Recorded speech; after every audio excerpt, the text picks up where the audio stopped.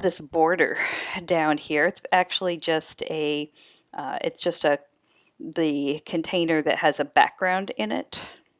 So I just made this container and I made it that color, and then I also have a spacer in here, so that would say how big or small it would be. The spacer is just what you get it from when you're putting stuff in your columns or containers.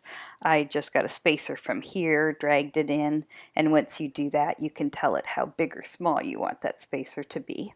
All right, notice I have this effect here, and where I have these different kind of shades coming out of here. So how did I do that? So first of all, just click on the entire container that's here, and you have shape dividers, and you are able to make different shapes to divide one section of your website from another. So you can do mountains, drops, which I'm not too fond of that one. Little teeny tiny zigzags there. It's almost hard to see. Then I think I had fan opacity there is what I had done.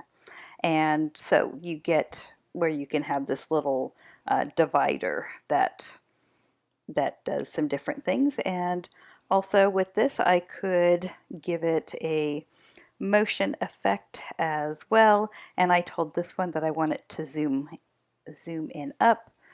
Let's just see if it had zoomed in down, that's what it would have done. Now I'm going to get it back to zoom in up, and that's what it's going to look like.